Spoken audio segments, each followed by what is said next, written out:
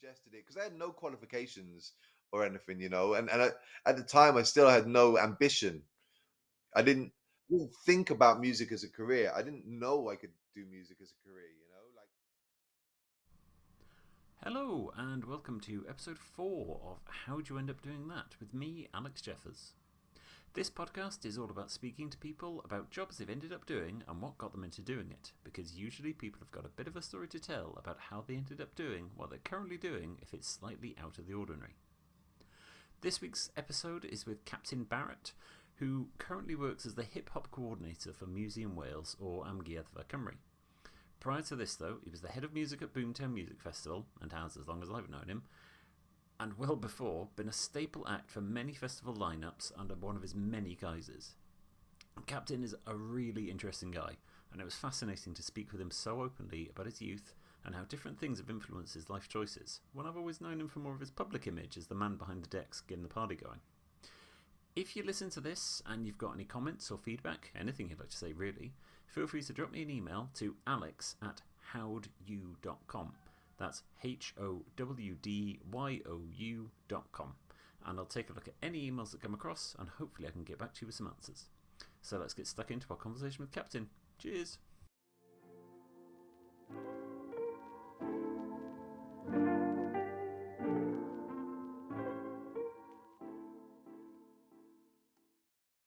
Hello, Kaptin. Thank you for coming on today to have a chat with us about your journey from, well, I guess like you probably had the most crazy journey out of most people I've spoken to. So do you want to kind of introduce yourself quickly and kind of go over what it is you do at the moment? Yeah, sure. So my name's Kaptin Barret. I live in Cardiff. I'm the hip hop coordinator for Amgueddfa Cymru, Museum Wales, and I do other stuff. I DJ. I'm a bit of a busybody when it comes to kind of music, especially local music.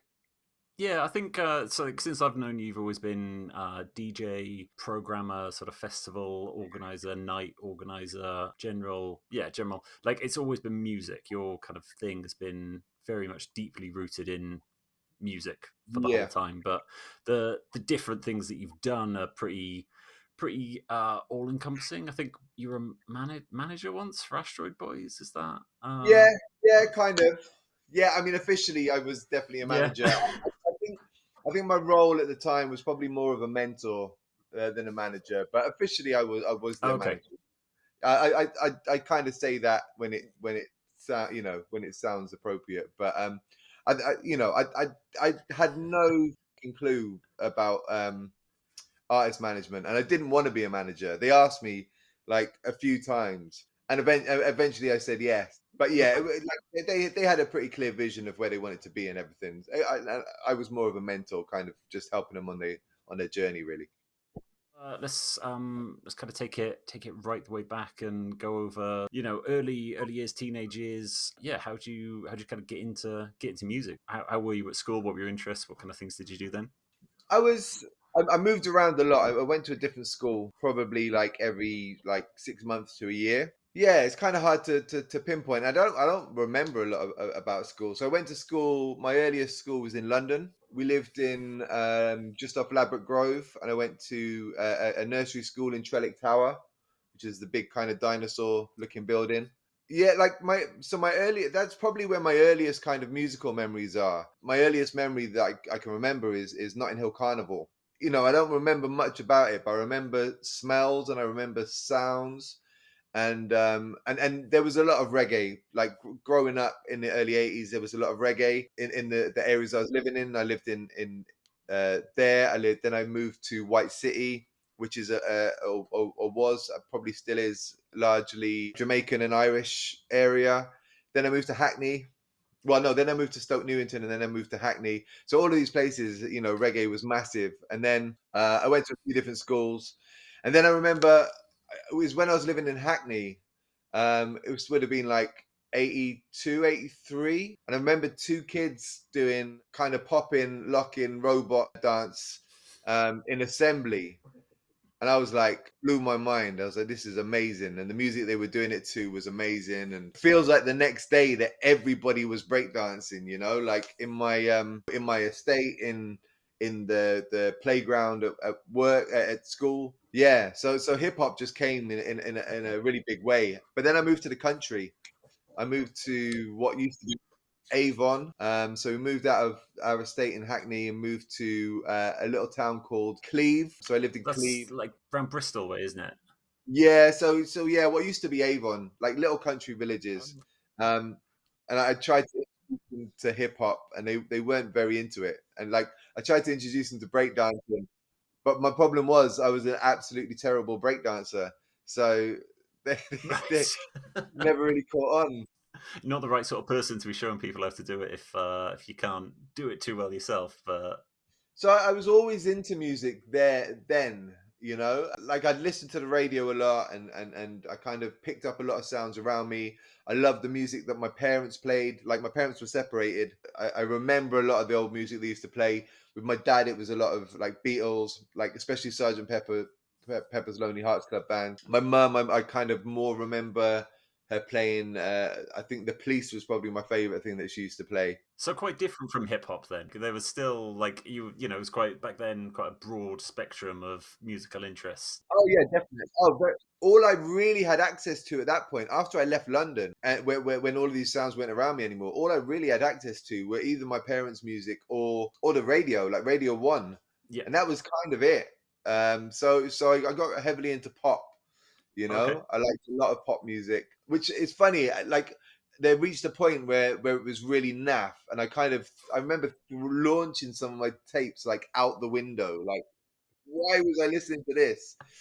But now it's kind of come back around, and actually, it's like a lot of it was quite cool. But it was my mum. It was my mum that first really noticed that I had a heavy interest in music. She tried to kind of like feed me different interests and hobbies, which I'd kind of pick up for like a few weeks, and then just get bored. I got bored like really easily. Still do, I guess, except I don't. Except I don't anymore because I've got no space to get bored. If I just fill it with stuff.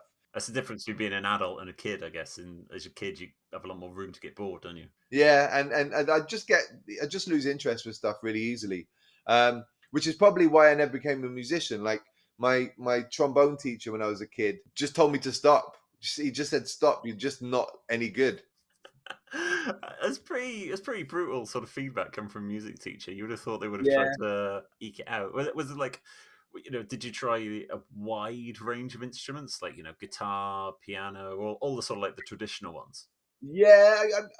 I tried like we had like a Casio keyboard. I probably learned two tunes on that before I got bored, and I'd get frustrated really easily. I'd be like, I don't get it. Yeah. I wasn't allowed to play computer games because just get so frustrated at it, and I'd launch things and whatever. So my dad was like, just no.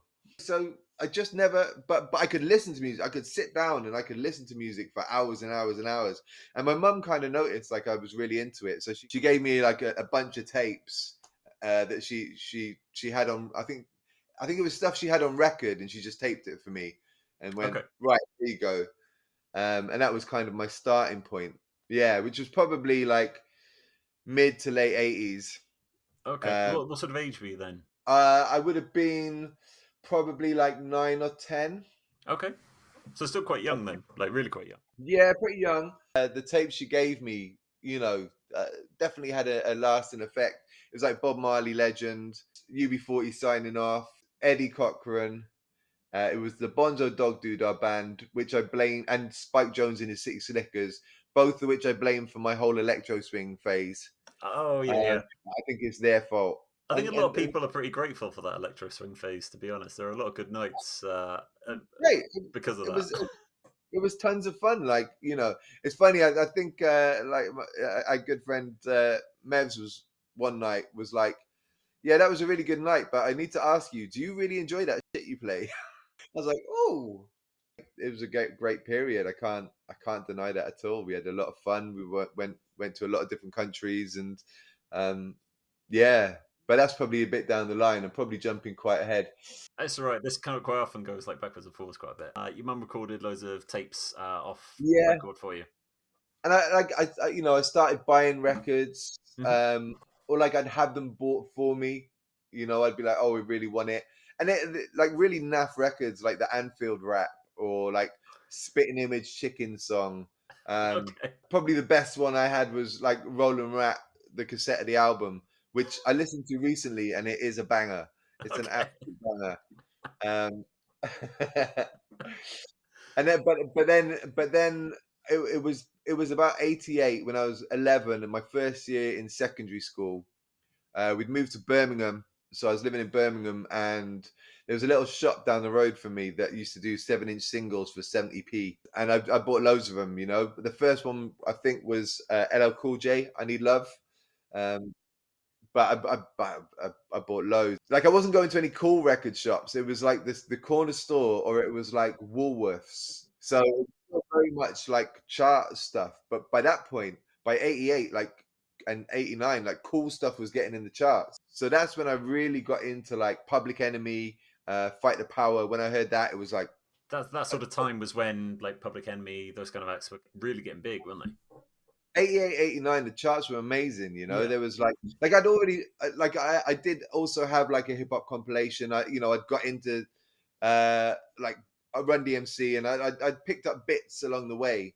Hmm. But 88, 89 was like, yeah, Fight the Power, LL Cool J, Salt and Pepper, and then loads of like house and techno as well. Like Inner Yeah. City, Diva, all the early British stuff like Bomb the Bass.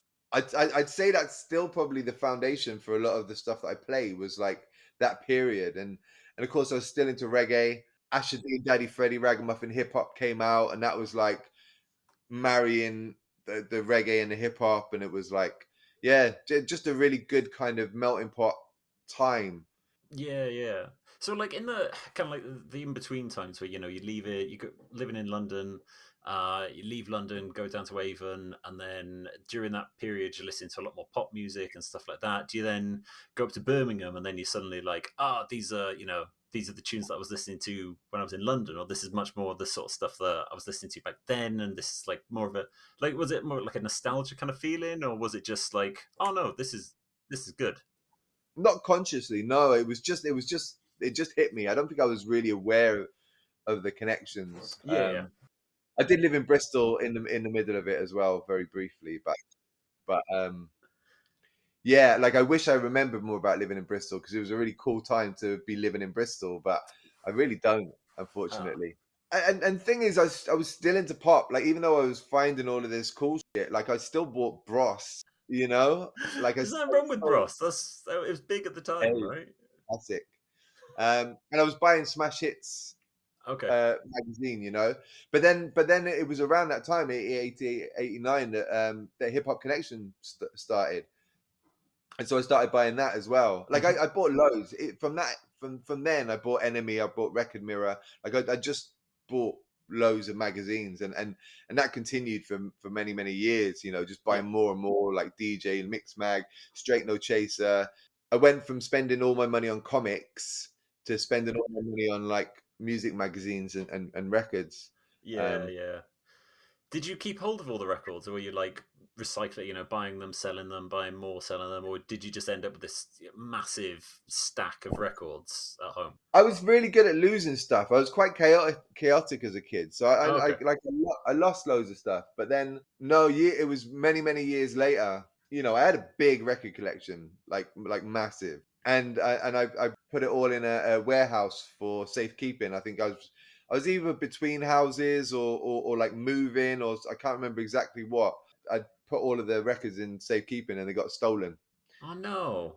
So yeah, yeah, Oh. just lost everything. I had a few left over, and I think I just kind of lost it a little bit and just went, I don't want anything, and just started like giving stuff away and selling it. Like I gave away everything pretty much. Oh, Um, okay. that that that hadn't been stolen, and I just went digital. And again, this is many years later, But Right. before that, it's good actually. I've got my stepdad found a box of my stuff in the garage the other day. He's like, "Come and pick it up," and it was from 1995. So it was basically my tape collection that I'd been carrying around in 1995. Nice. Okay. and it was really nice to just go back through a lot of those. It was mainly like compilations that I had made, Oh, kind of that's pretty good mixed. though. That you get like a better sense of what your like where your musical taste was at that time, rather than Yeah, just like single records. Because I think if looking back at some of the CDs and some of the tapes that I would have bought when I was a kid, some of them were not great, but looking back and kind of thinking, oh, this is how I would have put them together, or these were good enough for me that I added them to a mixtape. You kind of get a bit of sense of where what you were thinking at the time, right? yeah, definitely. Yeah, no, it really is. And what's funny about them is my mixtapes weren't as good as like I remember them. Okay. Nothing ever is. They were pretty good, but I was like, why did I put that on there? Like that makes no sense. But yeah, no, it was good, and like loads of tape pack. I mean, I got heavily into hip hop and dancehall. That has remained throughout. When everything that I was listening to fused and became like rave and then jungle, I got loads of tape packs and stuff from back then, and that was really nice. So by then, after I lived in Birmingham for a year, and then moved to Cardiff, 1989, 1990. Right, okay. So you would have been 12, 12, 13?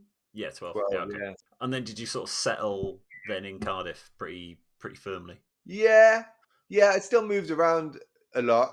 All right. Um, Again, every 6 months to a year, we'd move. Um, Okay. but I was in Cardiff non-stop then until between 12 and 16, which were very formative years. I mean, that's when I got yeah, that's when I kind of like developed a base level. A lot happened in those years. That was when I first connected to the Welsh hip hop scene. I met Dregs, who was going under the name of Res Q at the time. He was my best mate for years, Hmm. still is. Yeah, so he was in a group called Best Shot, and then I met another group from Cardiff called the Underdogs, which was DJ Jaffa and 40 and like loads of like youngsters from St Mellons and that area Hmm. that they were working with, and yeah, that was kind of my starting point with that. I started writing raps then as well, but I mean they were terrible. They were absolutely awful. Yeah, you're hanging out with these guys, you're doing writing raps, that sort of stuff. What were you doing sort of, were you promoting any gigs, kind of doing any like what was No, your involvement professionally in music at that time? Like just absolutely nothing. Like no? like I I I I had no clue about how anything worked, and I had no vision. I had no like purpose. I had no like nothing. Like I literally thought at that age that I was probably not gonna make it past 18. I spent a lot of it drunk Okay. uh, or stoned. Yeah, between 12 and 16, I was probably really unhappy, but like also doing lots of mad shit. Okay. Um, but like not constructive shit really. Apart from I realized afterwards that actually listening to music was really constructive. Yeah. Um, so I went to school here. I left when I was 14, Okay. so I didn't last long in school in Cardiff, and I spent most of my days while I should have been in school. Like I took music in school and I wasn't allowed in the class. So Right. Okay. like my whole music career is missed opportunities or something. So I left school, spent a lot of the time in record shops, like all day. I'd be in Spillers or Virgin or HMV and just be listening to music all day. And then I got a job working for my dad, who had by that point he was a teacher, but he decided to try a series of small businesses. So at the time, no, in fact, the first job that I had, he was delivering eggs, like organic eggs or something Eggs. like that. Yeah, and I remember going on like delivering eggs with him.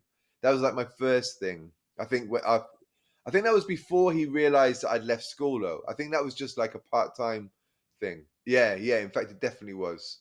Yeah, he didn't know that I'd left at that point. And then when he eventually found out, and they kind of said that it's not worth me doing exams and stuff because I just missed too much. He then had an organic bakery, so I started working there, going to work at like 3 in the morning or something. Horrible. Wow, it was all right. It was fine. Like I quite enjoyed it. I quite enjoyed working in the bakers. Okay.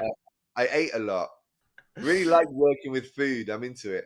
Yeah, I can see why that'd be good. Yeah, because yeah, it's worse things to be working with. One for the customers, one for me. But I'd make up deliveries, and then on a Friday, I'd finish work about 8:30, and I'd be at Spillers for 9 o'clock to Oh, just okay.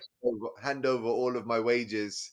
Um, Probably keep some for cigarettes and like spend the rest on records. That was it until I turned 16, tried to go to college, went to Barry College just to do GCSEs. At that point, my dad was seeing someone who would become his wife in Birmingham. So I'd got there quite a bit.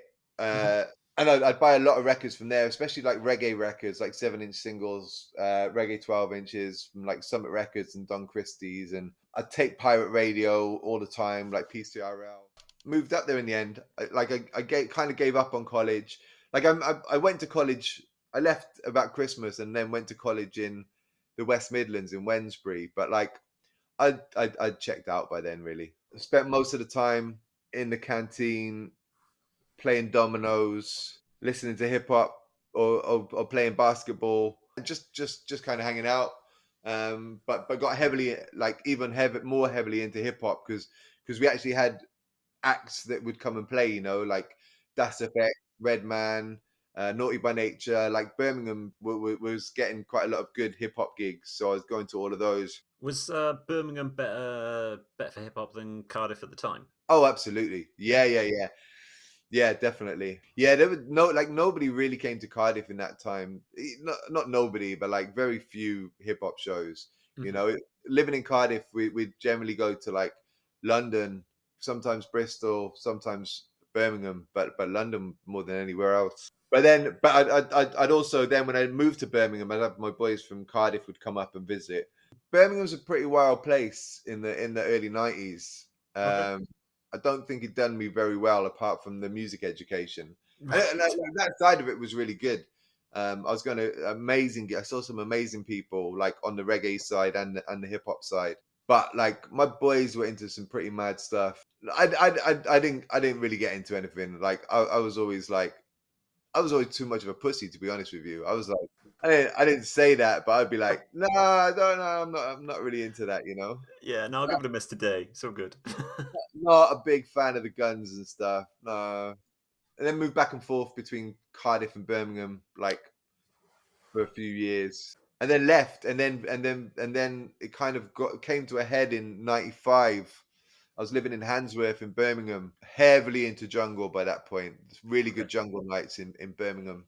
The madness kind of got on top, and I thought, all right, I need to get out.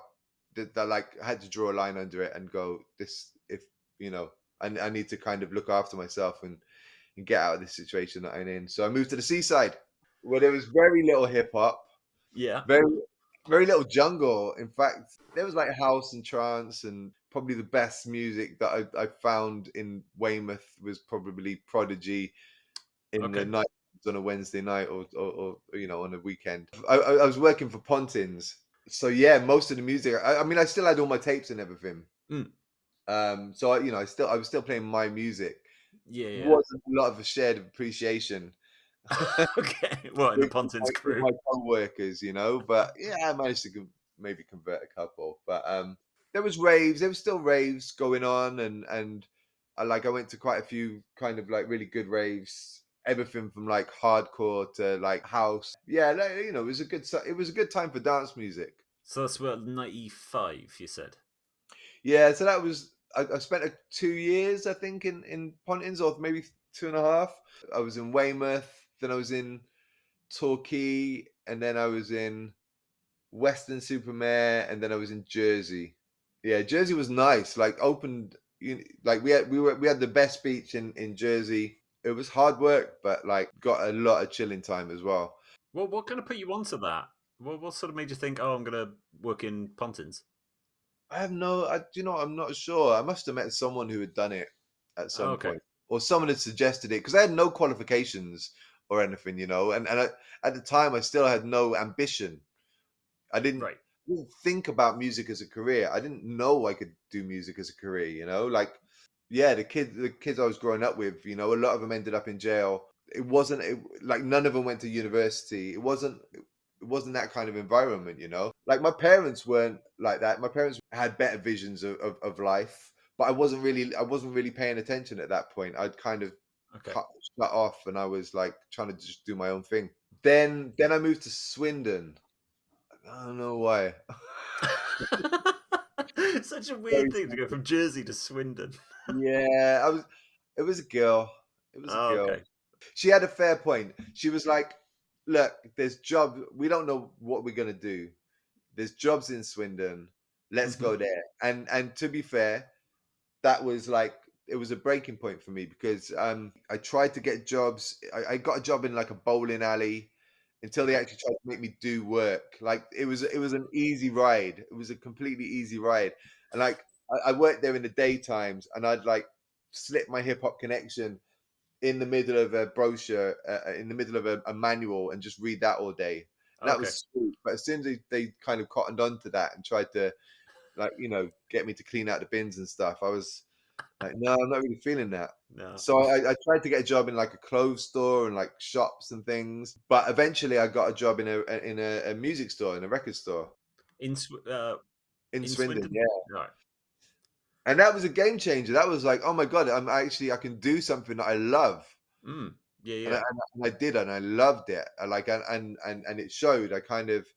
I knew that whole store back to front. I put it in complete. It was chaos when I went in there, and I categorized everything. Like if I didn't know a CD in there, like I'd learn about it. Then within like a year of working there, um, the supervisor left first, so they made me a supervisor.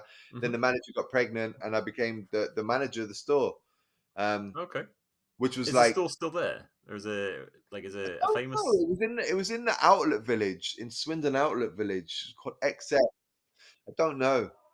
Yeah, and I mean that really helped my music collection because I had like a 50% manager's discount. Still spending half my wages on music, but like Yeah. just getting more of it. From doing that, I think I hit a point.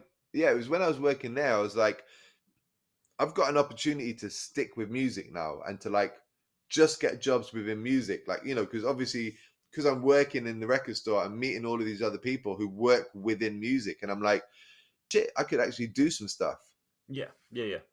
Um, and then um, I kind of fell out of love with that particular store. It was fine when I was left to run it by myself, but as the company got bigger, head office were like interfering a lot more, and I was not feeling that because I didn't like their interference. They were to Hmm. me they were kind of getting everything wrong, and it was just annoying. But I was still quite young, so they weren't really listening to me, even though I was running it fine. Yeah, yeah. I started to get disillusioned with it, and I'd split with a girl, so I was in a funny place. And my dad, my dad's was in another new business, Okay. um, but this one was going really well. It was he was selling domain names and web space, Oh, right. Okay. There's a bit of a and change from organic bakery. yeah, yeah, completely. But this was like 98, 99. Right. Okay. So it was at the start of the dot-com boom. Yeah. Yeah. Yeah. And he's running it pretty much on his own in his house. And he's like, I could really do with a hand. Now I know nothing. I don't think I even had a computer at that point. I was all right with computers at school, but again, because of the thing with the games, because I got so mad at them, like I didn't really have a computer, but I learned fast. And so I went up there and I gave him a hand. Within a couple of months, we went from the um, front room to like big offices on in Harborne. Like it took off like super fast, and it got Wow. busy, and we had a whole team, and so I learned on the go, Mm. and I started learning about websites. I built my first website, which was and it was a Welsh hip hop site. It was called Enter the Dragon, and it was all about hip hop in Wales because there wasn't many music websites at all that I No. knew No. of back then. Like I knew all of these groups, and I don't know how I was finding them all. Oh, that's right. I was going to Cardiff every Okay. weekend. So by that point, I was seeing a girl. back in Cardiff, Dregs had got me a gig every Saturday at the Toucan Club. So that was my Okay. first DJ residency. I'd never DJed before that. Well, no, that's not true. I'd played like one or two like Latin parties. I'd be playing Latin music in Swindon. But yeah, so I played the Toucan, and I was playing like a mixture of Latin, I guess, and hip hop and funk and like jazzy beats and things like that, and reggae and yeah. So I was playing all that kind of stuff in the Toucan Club every weekend, and so I was reconnecting with Cardiff a lot, Yeah. and Wales in general. And so I started this website, and I was meeting loads of like groups that were doing hip hop, but none Hmm. of them seemed to know each other. So I thought this would be a good way to like get people to know about each other, but also for the rest of the world to hear about Welsh hip hop. And there was a forum and everything on there, which was busy. That made me realize that like I definitely didn't want to be selling domain names. Like music was my passion, and that's what I had to follow. So Yeah. Yeah. Yeah. I moved back to Wales, back to Cardiff, and was DJing more. We started a hip hop night called Higher Learning. With the like DJing more and that, how were you like? How were you getting gigs? Was it just through word of mouth? People saw you at the Toucan Club, kind of thought, "Oh, we'll get you down to do this," or were you just like through chatting to Yeah, people? yeah. I mean, both. Yeah, Yeah. just that. I went from the back room of Toucan. I started playing some sets like in the main room, and I mean, there wasn't a lot of places really back then. Like Toucan was a bit of an oasis. That Okay. there was a lot of bars, and I played I played a lot of university, like student kind of like the African Society. I was playing all sorts. I was playing like Bangor nights and um like because there's a lack of DJs playing certain things in Cardiff, especially at the time. So I had such an eclectic kind of collection Yeah. um, that people were like, "Can you do that?" I was like, "Yep." Yeah. And then of course, things like LimeWire came into play and Napster. Even if I didn't have it, I'd be like, yeah, I can do that. You can pull it together pretty quick. Yeah. So I remember the first time someone asked me to if I knew any punk DJs, and I had no punk.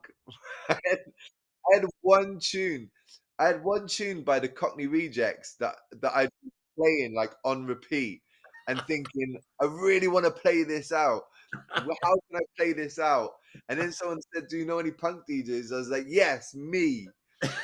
I can form a whole set around this one song. And gave myself like literally just phoned up everyone I know that was into punk and gave myself a crash course, which is great because I learned all about punk and I love punk. So yeah, then you like yeah, you said you organized a club night, and was that like a similar sort of thing? You just sort of thought, I want to do it. Let's get some people involved and set it up. Yeah, so I think it was probably Jason's idea of Dregs because there wasn't anything. There just wasn't really anything that was representing what was going on in Cardiff. There was one night that was played some hip hop, Hmm. but he wouldn't put on local acts. Okay. Like they wouldn't even really put on British acts at the time, and UK hip hop was big at the time. So yeah, we eventually managed to convince the Toucan to let us have a God, I think it was bi-weekly at first. Okay. Um, on a Thursday, and it went well. It was great. It was a really good night. It was well attended. The acts were great. The atmosphere was really good. Like everyone from the scene was coming down. We always had an open mic, so loads of new faces came out the woodwork, and it was great. It was a really good time. It really felt like there was a scene or a community even. Yeah. Um, that had sprung up, and we stuck with that night for probably about 12 years, I think. Was that like a pretty good feeling to think you've brought together this group of people in Cardiff, and you're sort of like at the forefront of starting this thing off? Like that must have been a pretty good feeling to know you were ahead of the curve. I wasn't really thinking about it, to be No. honest with you. I was just like just doing it.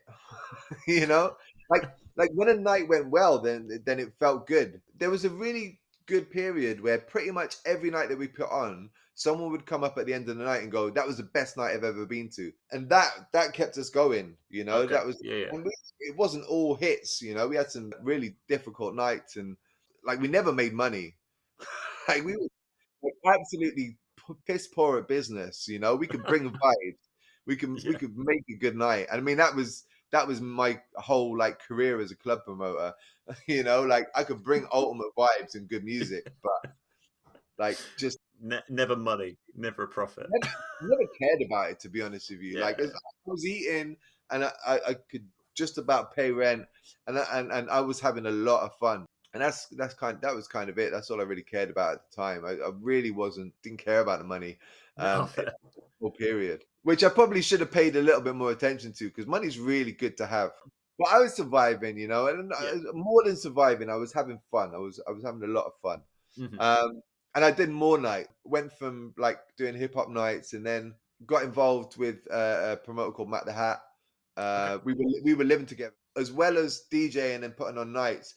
I was also teaching kids how to DJ, and like I was rapping at that point as well. So I was doing workshops, like working with young people who want to rap. How did that come about? Like, how did you get into like, what was the sort of the opportunity there to get into working with young people? So Dregs was doing it. Okay. He'd been doing it a little while with like a community arts organization. I went to a couple of them to film. Like I Okay. had a video camera, and so they said, "Oh, can you come and film some of the workshops?" So I was like, "Yeah, cool." I turned up, and the kids were pretty feral. They were like wild. So he was like, "I need a hand. Can you like help me? Like take those kids and like just like keep them occupied." Right. Yeah. Yeah, yeah, cool. And we did, and I like it ended up being a really good project. So we did more of them. So I helped him out more. Hmm. And I from that, and from doing the hip hop nights, and from being around loads of rappers, and I was writing anyway, quite a bit, and so just started doing my own raps, and performing here, there, everywhere. I was all right. I wasn't like the best rapper in the world, but I Okay. could hold my own. Like we were good. We were good with the kids. Like me and Dregs were. You know, we were good at dealing with them, and they looked up to us, and it was good to pass on, because I was in a good place. I was having fun, and I was like in a pretty good place with myself. Yeah. So being able to kind of hand stuff down to people. I mean, I had a lot. I wasn't like all sunshine and roses. I had a lot going on, but rapping was really helping with that. It was kind of Okay. it was therapy, and so what we were trying to do with the kids is just get them to open up and express themselves, and to have an outlet to let go. We went all over the valleys. We went into prisons. We went like Okay. uh, we went into refugee centers. We went into secure psychiatric units. We went everywhere doing hip hop workshops, and a lot of the time, like one of the major things that people need is just a way to express, like to get out of their heads Hmm. everything that's going on. So that was real good. That was a real lovely part of. Yeah. It sounds just like fulfilling more than anything else. Just you. Yeah, it really Yeah. was. Especially when you see like the change you'd see in some kids was quite dramatic, and that was lovely. Yeah, yeah, I can Um, imagine seeing the not the before and after, but seeing their level of confidence. Because I did some work with Prince's Trust. This would have been like 6 years ago, and we were running a training course to show kids with some basic digital skills, but other bits and bobs as well. And one of the girls who turned up on the first day, she couldn't even like she just turned bright red if you looked at her. Just so afraid of talking or speaking to anyone else in the room, and by the end of day 5, she stood up on the stage and managed to like read a line out of a presentation for this thing that we've been working on a week. And it was such a heartwarming moment for me and the other teacher. We're like, we the difference in this kid from the start, from day 1 to day 5, unbelievable. And it's just through spending time with them and kind of working through stuff with them. it's amazing. I like after the music things. Like I kind of went off and started doing other stuff, but Dregs carried on working with young people. He still does doing music, but also doing drama and like and theater stuff. When the funding goes, it's always the first to go, Yeah, But what they actually got out of the kids was probably better than anything else. You'd see a complete change in them over yeah. the week. you know. It's not giving them like a trade. Mm. Which I understand the need for that. You know, you either did hairdressing, mechanics, or like theatre or music. But yeah, especially the theatre stuff, like you'd see that just developing themselves as human beings was incredible. So me and Matt were working at a place called Intech, and that was great. Like it was the start of grime, Okay. and lots of the kids were into grime, so I got a really good sort of like window into that. Yeah, that was like 2003, 2004. Okay. And then 2004, we played Glastonbury. Me and Dregs were in a band called, or we're like guest vocalists for a band called Dark Trunk, who are an amazing funk band from Cardiff. And they entered the Glastonbury Unsigned contest and won. Like we won. So we got a gig at Glastonbury on the Thursday. Back then it was like the dance tent.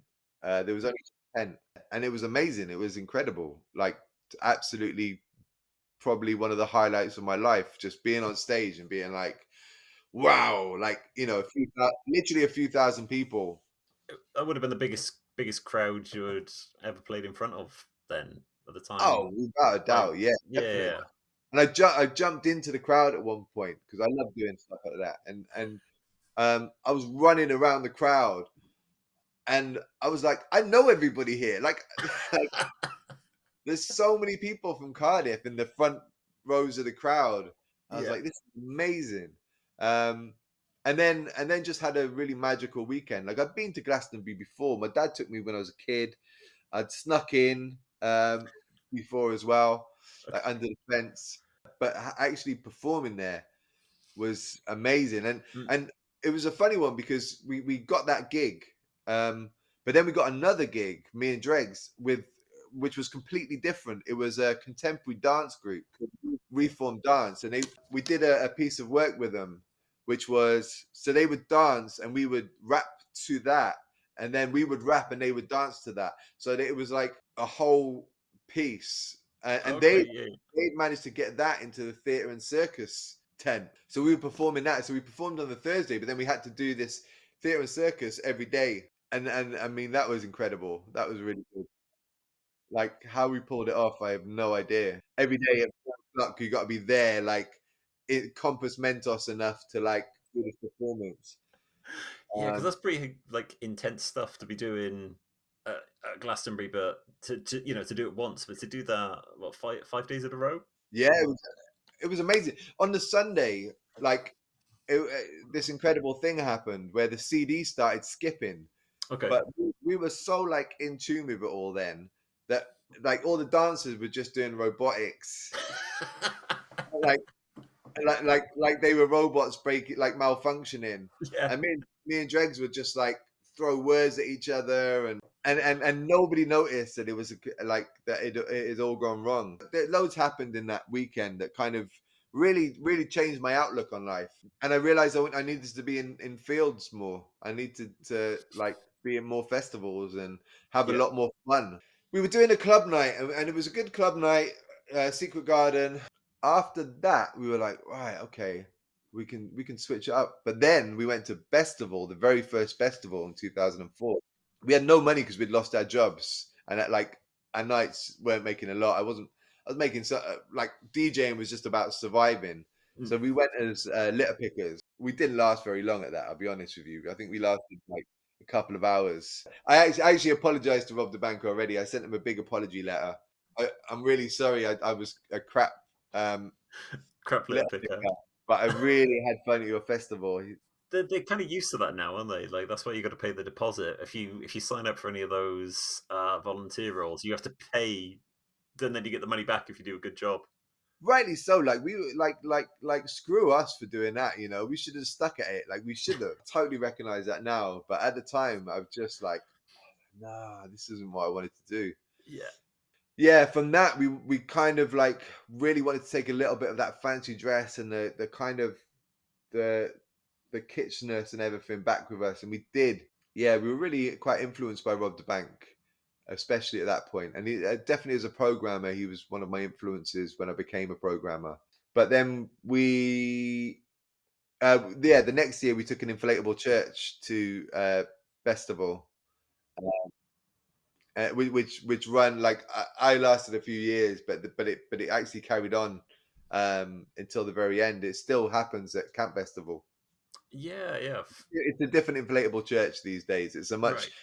bigger, brighter, and nicer one. But yeah, and I mean the original church is out there as well, doing its thing. They're still going. Um, but I bowed out after a few years. It all became a lot. We were doing festivals like every weekend. I was DJing. I was like, and they were wild times. They were like seriously wild and pretty hedonistic kind of period. So eventually, it just takes its toll. You're like, okay, I can't literally do this anymore. And we were still putting on loads of parties back in Cardiff as well. We were doing every Sunday at Buffalo. So Monday morning I'd have to wake up and me and Stu would be like lugging speakers and things like that. It just got a lot, and like I partied all weekend. I was working at a bar to kind of fill in the gaps because I still hadn't figured out how to make money from what I was doing. Okay. So like I was working behind the bar at Buffalo. I was, like probably one of the best promoters in the city in terms of like, our nights were literally probably like, I don't say it lightly. They were definitely one of the best, if not the best nights in the country, in the city at the time. Yeah.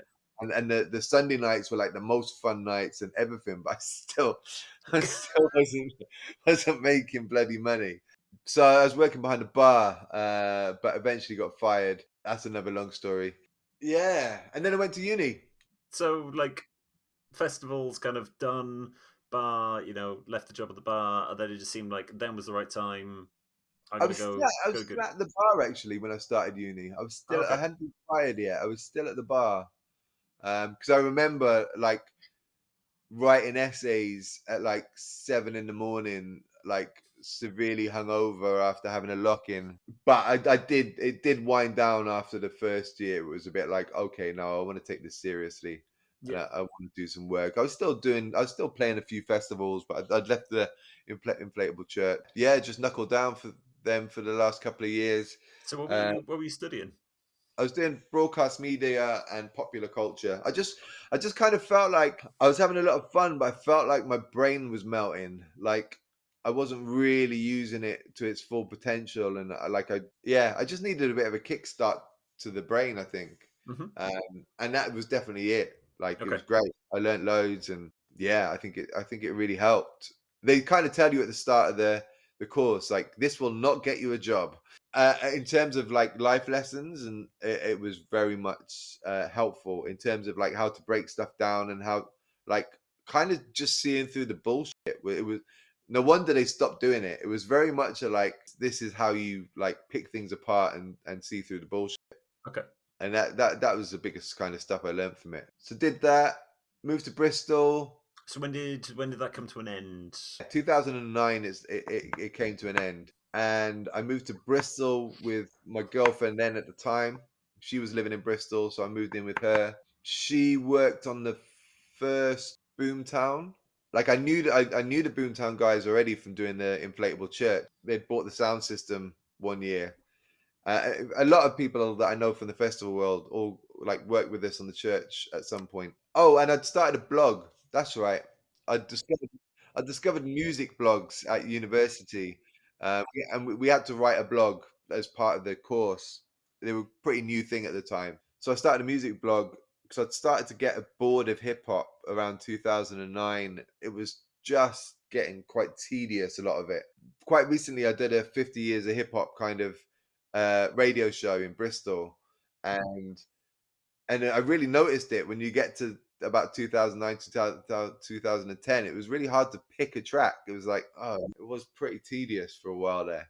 So I was getting a lot more into like it was hip hop based. It was hip hop, but it was like a lot more electronic sounding and a lot more kind of glitched out and bass heavy and like like digitally mutated, I guess Yeah. was the term that I used to use, called Chrome Kids. So I started a blog. So I was doing that quite heavily. And I moved to Bristol, worked briefly for an arts organization there, but split with my girlfriend. Okay.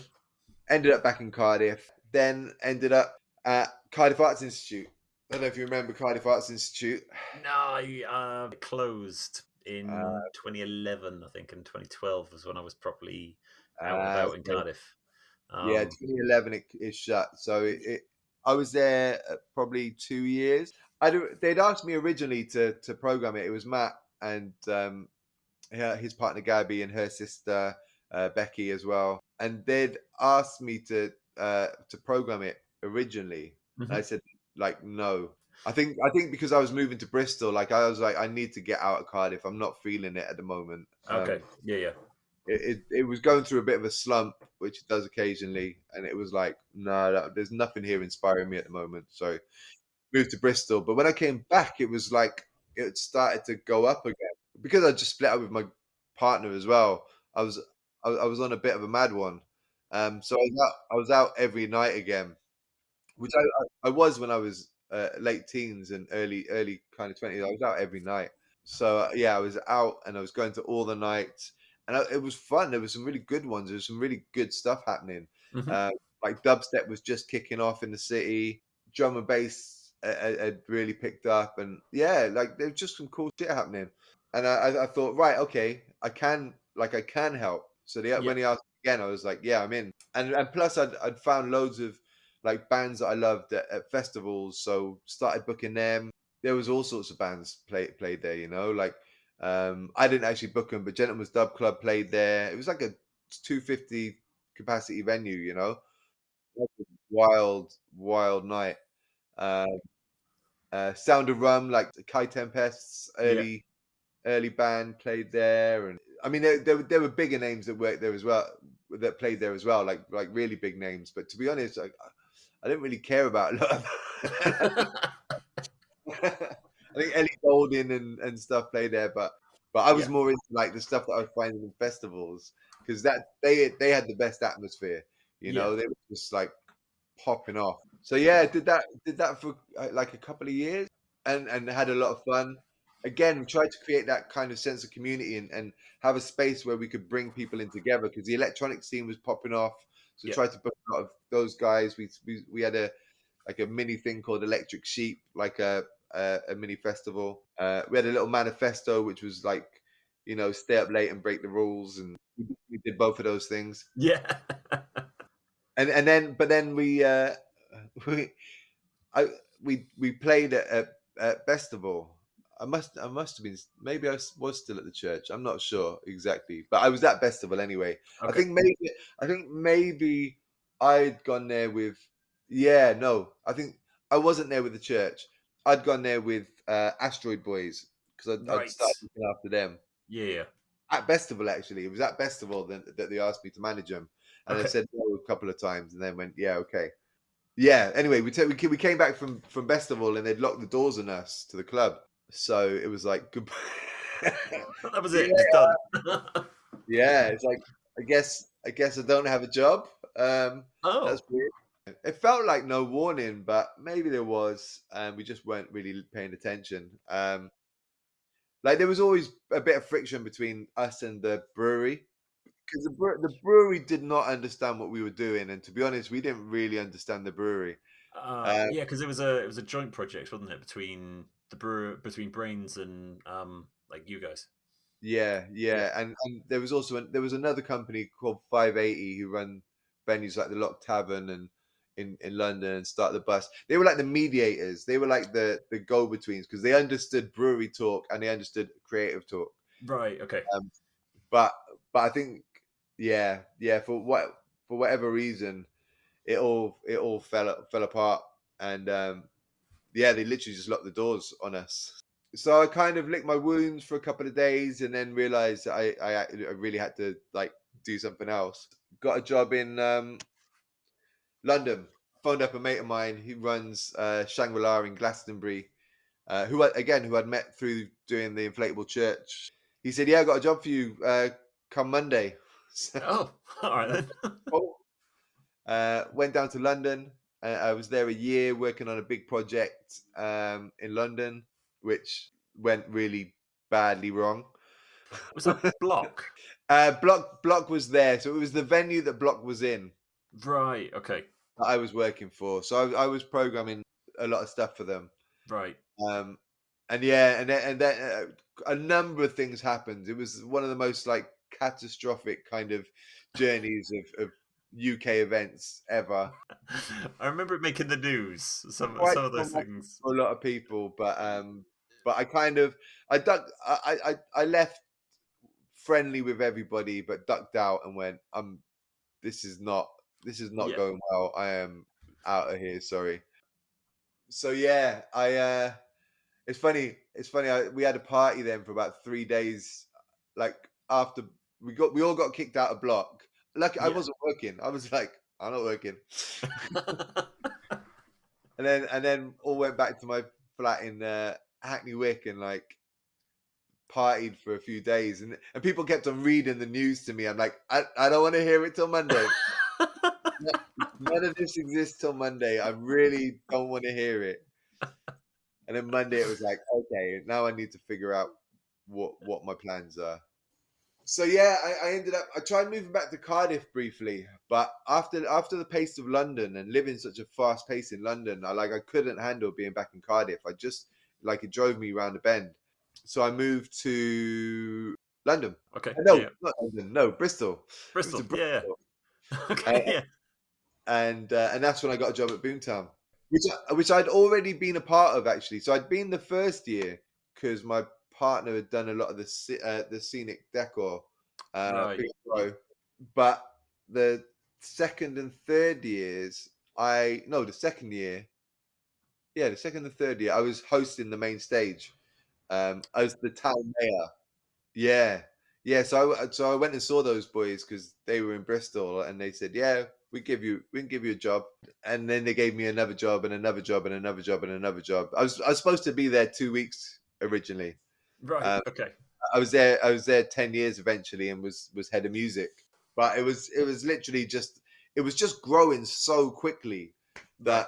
that the creative director, just didn't have the capacity to do the music as well. So he just gave it to me and went, "There you go." Yeah, because I guess that's the weird thing about Boomtown is it's so unlike any other festival in its like the theming of it, the way it's laid out, the music, everything. It's just so different in so many ways that I guess you need like such a team of people to kind of manage that all of the time.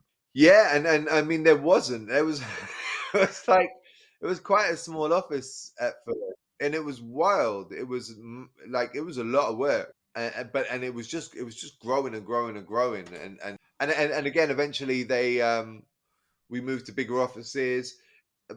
By the time that maybe not by the time I left because it was after COVID, but like at its peak there was probably about 50 people in the office, and Okay. that's not including people that like work remotely, and all build stages and things like that, and like all of the micro venues, and it was such a massive team. I mean, thousands and thousands and thousands of people go into building Boomtown. Yeah, yeah, because like yeah, the sort of the year round staff are the people in charge of the booking, the organising, the maintenance, all the I guess the boring stuff as well that goes along with the festival, like All organising the logistics. insurances and Yeah, health and safety risk assessments. the Kind of uh, the license, like yeah, all of it, Um, yeah, like because it's so big, you need like one person on each. I mean, it generally wasn't that. It was generally like people juggling multiple things. yeah, Yeah, but it was like a lot of fun for 10 years there. Not all fun. There was no. definitely like peaks and troughs, but yeah, Sounds like my Boomtown experience, to be honest. yeah, yeah, yeah. When- Yeah, imagine just your Boomtown weekend multiplied by 10. yeah, yeah, yeah. It was yeah, started strong. Went a bit wobbly in the middle where I got searched, and then then went back up again, pretty good couple of days, and then ended pretty abruptly when I broke my wrist. Uh, Oh, oh, on my birthday. oh man. Yeah, I that's was not like 20, 30 seconds into my 24th birthday, got lifted up in the air and then it dropped and just landed on my hand, like snapped my oh, wrist. And then yeah, had to go to A&E the next day. On bearing in mind, like it's on my birthday. Wait, wait until the what a first day birthday tent. present. Yeah, Oh, I know. One of the first day 10, they were like, "Mate, we've got far bigger things to be worried about right now than you. Just go away." And then wow. the next day, went back and was like, "I think I broke my wrist." They went, "Yeah, you have. Yeah, that's broke. Go to hospital, get it put in plaster." Got back, and then yeah, just had to go home. Out of interest, how did you get to hospital? Did someone have to take you, or? Yeah, I had to get a lift. I had to get a lift in the end. But yeah, it was horrible. It was yeah, it was pretty low. But there was definite peaks in that weekend with the trough definitely coming Yeah. towards the end. But yeah, no, I could see. So like head of music, you were there. Did you? I guess your years of experience of buying records, listening to music, kind of doing that all led into being able to pick out the acts and that sort of stuff. But how were you? Like how what does an average day look like for the head of music at Boomtown? A lot of spreadsheets. Okay. I mean, a lot of it was searching out new music. Yeah. Like because especially when it got so big. At first, it was having to learn a lot of the styles that were at Boomtown. So, like, Yeah. deeper into punk. Like, I was already deep into reggae, but I had to kind of maybe learn some of the UK. To be honest, I was so heavily into reggae that we had a regular reggae night at Cardiff Arts Institute anyway that we would Hmm. put live bands on. So I did know a lot of the live bands, and obviously knew a lot of the hip hop, knew a lot of the DJs. I mean, I was mostly live, so James Wonka was mostly the DJs from the start, Okay. and now he's head of music at Boomtown. We were always kind of on a equal level anyway. A complicated relationship, but we also worked really well in many ways as well. I think a lot of the Boomtown successes were combinations of both of us. Hmm. The way that we worked. So I was having to learn all of these other genres like ska punk. Like, I Hmm. knew a lot of ska punk, but I didn't know as much as I needed to know in order to put the best lineup possible. And Yeah. that's what that's what I always strive for, because that's what I saw. Like, that's what I always saw at Boomtown, was like the lineup was always, when I was hosting the main stage, the lineup was always impeccable. Every band was amazing. So I was like, Yeah. I can't let that slip. Mm. I have to like keep up the levels here. So I Yeah. had to Yeah. learn more and more. But then as we got bigger, I'd have to learn more and more about different types of music to make sure that we had the best possible. And Okay. I ended up booking like a folk stage, a jazz stage, and like, so I had to go deep. I had to be like, right, and I like, and so a lot of it was trying to find new music, and like, you never switch off really when you're doing that. You always, Yeah. I was always like, I was at gigs every night. I was constantly on the lookout for stuff, and like constantly trying to hear stuff, and I'd go to a festival and I'd just be like bands, bands, bands, bands, bands. So it takes over. It takes over. At any point, kind of not ruin your appreciation, but did it make Oh, you? it 100% did. Yeah. Yeah, Yeah. yeah, yeah, yeah, yeah, absolutely. Like I really, over the last couple of years, I've had to learn how to listen to music properly. Like, because you're digesting so much information. Like, I'd get hundreds and hundreds and hundreds of emails a day. I'd listen to about 3 seconds of a tune to process whether I liked it. And sometimes I probably wouldn't even hear more of that, because I'm still DJing as well, but I'm DJing more and more different types. Yeah. So you listen to like 3 seconds of a tune. If you listen to more than that, then you probably like it. But people who send music to people really need to think about the first 3 seconds, because like a lot of DJs and promoters and stuff are the same. They're like, your ears so finely tuned to what you need that you can listen to the first few seconds and know that it's not it, and be like, so. But I was just doing that constantly and constantly, and I'm like, whenever I was listening to music, whenever I was watching live music, I was putting it on a stage, or I was like trying to imagine it with an audience at Boomtown, or like just putting it into a box in my head, and like, Yeah. I was consuming so much music that I wasn't listening to it. I wasn't feeling it like I was, because that's what you wait for.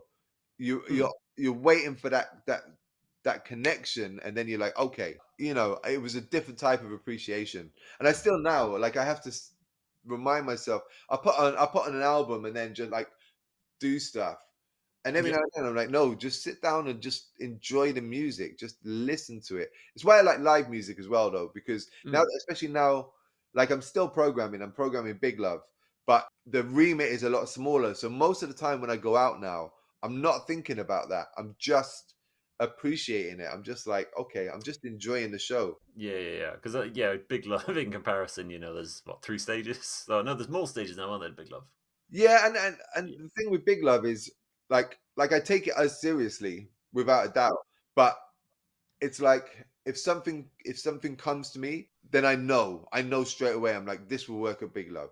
I Yeah. don't Yeah. need Yeah. I don't need to be constantly looking for it. Like it comes to me, hopefully. Like, Fingers crossed. Well, so you've gone through 10 years at Boomtown programming. Did you leave before COVID or after COVID?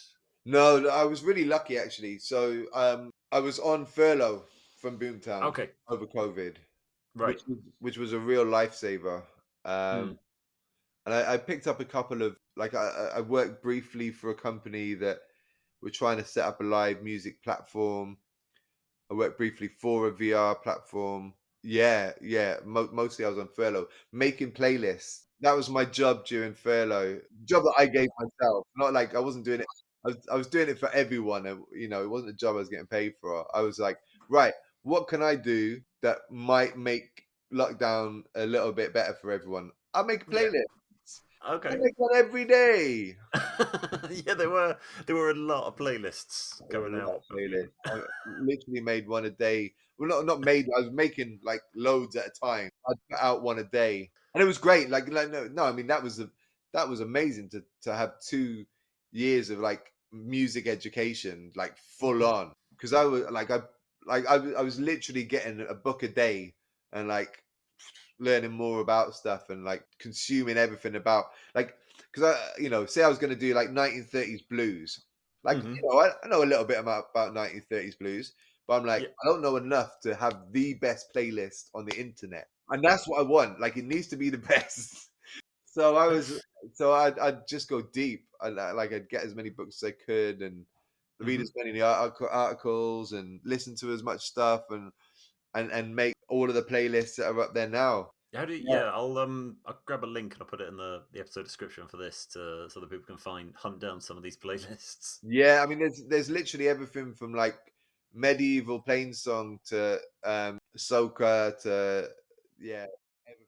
Coming in out of furlough, your time at Boomtown's come to an end, and then how does it come up with Amgueddfa Cymru? So, like lockdown actually came at a really good time for me because I was burnt out. I was like Okay. heavily burnt out at Boomtown. I was heavily depressed, and it gave me a chance to have a bit of a pause, even though I Hmm. didn't really pause, even though I kept myself fully like busy throughout. It was a lot less pressure and a lot more kind of on my terms as well. But I still wasn't fully recovered at the end of lockdown, and so I went back to Boomtown and originally they offered me 2 days a week when I had been on five, and those five were realistically were seven, because Yeah, yeah. like you're constantly on the go. Eventually, I got 3 days, so I had to take another job. So I worked for Asian Arts Agency, which was great, like great organization, mostly bringing in artists from India and Pakistan. Yeah, and setting up tours for them and tour Okay. managing and things like that. And that was great. But that was 3 days a week. And Right. that was a full-time job that had been squeezed into 3 days a week.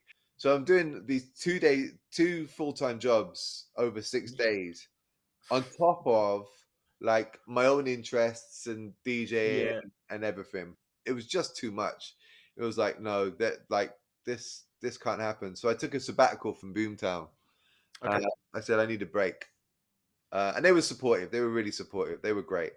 In that period, this job came up for Amgueddfa Cymru, and someone told me about it, and I thought, do you know what? Like, there's not many people that I would trust to do this job, and it was to work on a 50th anniversary of hip hop show. at the Okay. museum.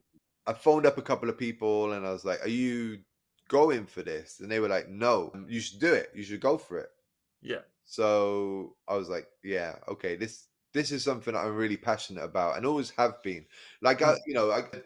the Enter the Dragon website didn't last particularly long, but I'd always been passionate about the music. At least I had an appreciation for the other elements, but the Hmm. music especially I always loved. And I'd been booking people for Boomtown. I don't think they've had any Welsh people since I left. Sort it out, guys. Otherwise, I'm coming for you. Yeah, so I kept in touch with it, and in fact, there's a website called God Is in the TV. Great website, really good music magazine website. And Hmm. I'd been doing a regular column for them called Land of Rap about Okay. Welsh rap music, which is now it's still going, but I don't do it anymore. I handed it over to Dave Acton from Larynx Entertainment, who does loads for the scene here, for the Mobo Hmm. scene, like absolute trooper. Yeah. So anyway, I was connected, and I thought, do you know what? I'm super passionate about this. Like I care a lot about it, and I care that it's done well, and I also care that it's inclusive because a lot of people, especially people my age, have got a very like small, not maybe small, but limited view of what hip hop is. Because my generation were handed hip hop as such a neat package because we didn't have the internet, we didn't have all of our streams of information came via like TV and the same magazines, the same TV shows, the same magazines, the same radio shows. We all got Yeah. the same information, so we had like such a neat package of what hip hop was at some point that has really kind of colored a lot of my generation's view of what hip hop is.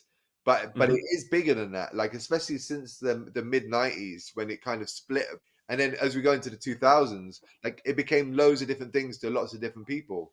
And I thought you've got to represent that. Like whether I'm into it or not is neither here nor there. If you're the National Museum and you're doing an exhibition on hip hop, then it needs to Hmm. be the people's exhibition about hip hop. So Yeah. anyone who goes there, like who has a relationship with hip hop, whatever that means to them, should feel represented within that. And I was really like strong on that.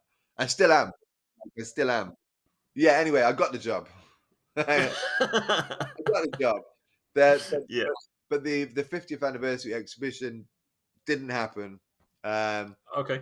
some complications. It kind of all fell apart. But then I've managed to convince the museum to salvage it and do another show, which in my mind is kind of stronger as well. It's like Okay. the impact. It's not trying to be this is hip hop. It's the impact of hip hop in Wales.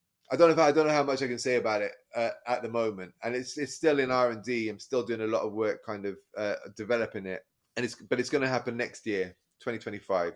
And I mean, it's come together really, really well. I'm interviewing lots of people. I've done dozens and dozens of interviews already, and I've got like hundreds more to do because I really want a strong picture of what is happening. What are the common narratives? What are the common themes? Like how can I make something that is inspiring? Because you can't tell the whole story in a museum exhibition. You can't do that. You literally No. you literally cannot do that.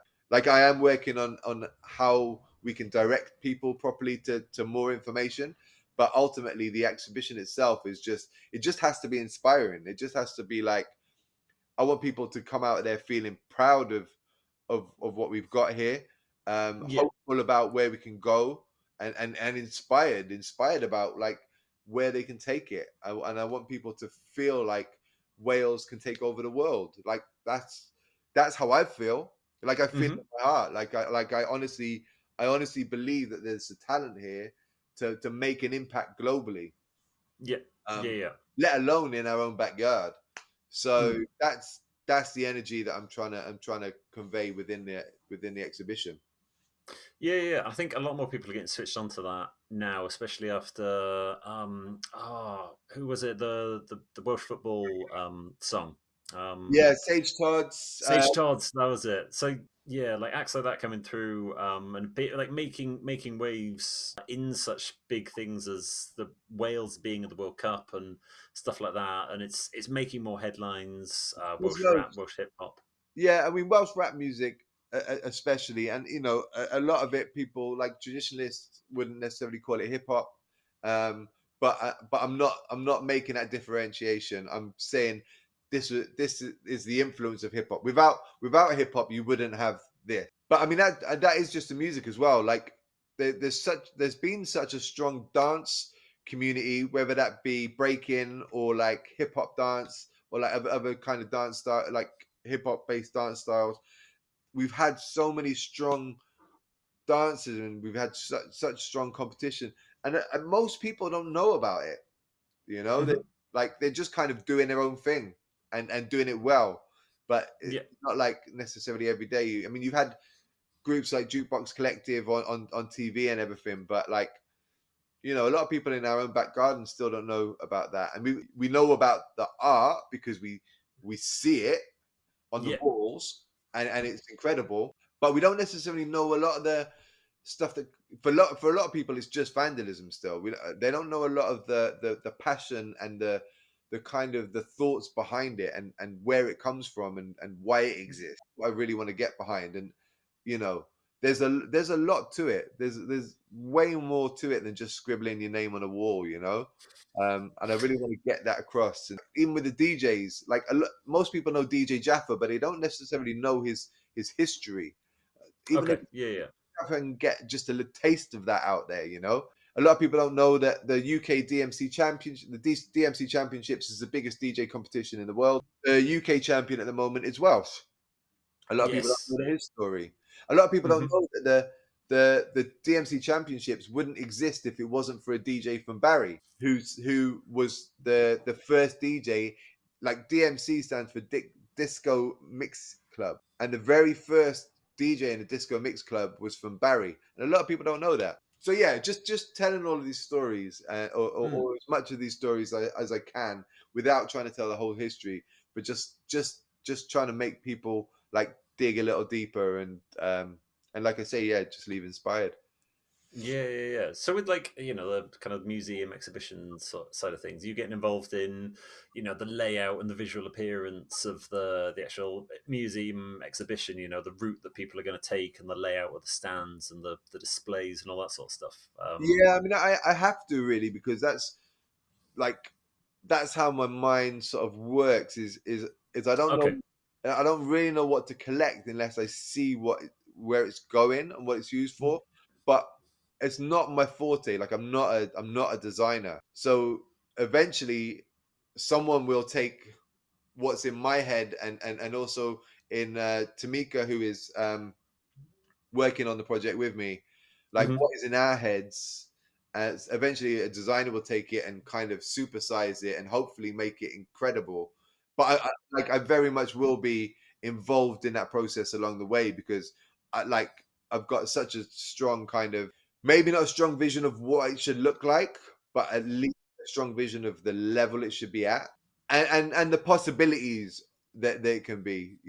And I've I'm lucky. I've got a lot of friends who are really good designers. So hopefully, I'm looking for some help and inspiration from some of them. Yeah, yeah. I mean, for me, like it can be a world class exhibition, and it can really put Wales on the map. And so that's my end goal, really. Sounds just fantastic. Like the passion. You definitely seem like the right person to kind of be pushing that forward. Like I honestly think so. I'm not just saying that to be big headed. Like I feel it in my heart. It's like Mm. Yeah, yeah, yeah. Everything you've done up to this point has kind of led you to this now as yeah. everything else, I've been winging it, and and don't get me wrong, I've been winging it a lot on this. I've not done this before. This is completely new to me. But like, I'd say this is the first time that I felt like a real. That's not true. I had a sense of purpose in Boomtown. At least, at least, Okay. at least for a few years, I definitely had a Mm. strong sense of purpose of what we were doing, and we changed the game. We completely changed the game. It was Yeah. a and I felt that, and I knew where we were going, and what I wanted from it. But this is different. This feels like a much more personal purpose, Yeah. Much more kind of like I kind of know. I don't necessarily know what comes after it. Hmm. I've got ideas of like what happens next, but definitely, yeah, the sense of purpose in what I'm doing is strong. Amazing, amazing, Cap. Right, final question. Well, I mean, this is it's not really been any questions, and there's just been a chat. But one last question is, if you could go back and do it all again, start, go right the way back to when you were, coming out of school, doing all that sort of stuff. Is there anything you do differently, and is there anywhere else you think you would like to have ended up than where you are right now? No, not really. No, like I'm not.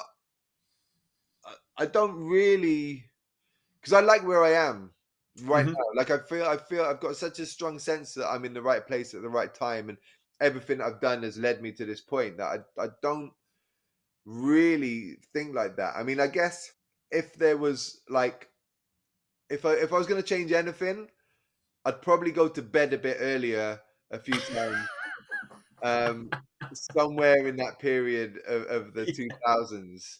Okay. Probably just go to bed and just be like, do you know what? All this will still be here tomorrow. You don't need to Yeah. stay all night. Uh, and maybe like take the cigarette from myself in my early days. Like I don't smoke, I don't drink or anything now, but I definitely did a lot. And now I've definitely paid some consequences of that. Thankfully, not the ultimate consequence of that, but like definitely kind of like where I'm at now is I have to be a lot more careful about what I do because the consequences are more severe. So Okay. very much clean living is like I kind of have to, and Yeah. I'm quite mindful of that. So maybe I'd take that pressure off a little bit and just take, you know ease up, just take it a little bit easier. Okay. Yeah. Yeah. Take it a bit easier. Go to bed a bit earlier, and ease off the cigarettes. Amazing. Thank you so much, Captain. It's been truly a fantastic experience having a chat through all this stuff, and yeah, kind of delve in right back into history and bringing it all the way forward to now. So yeah, thanks so much for coming on and having a chat. Thank you. Yeah, I kind of feel like I've been to a therapy session. It's quite nice and everything. I've had a couple of people say that actually, but yeah. No, it's all good. But yeah, thank you so much for coming on, and yeah, I shall catch up with you soon. My pleasure. Nice one. Cheers. Cheers, mate. Bye.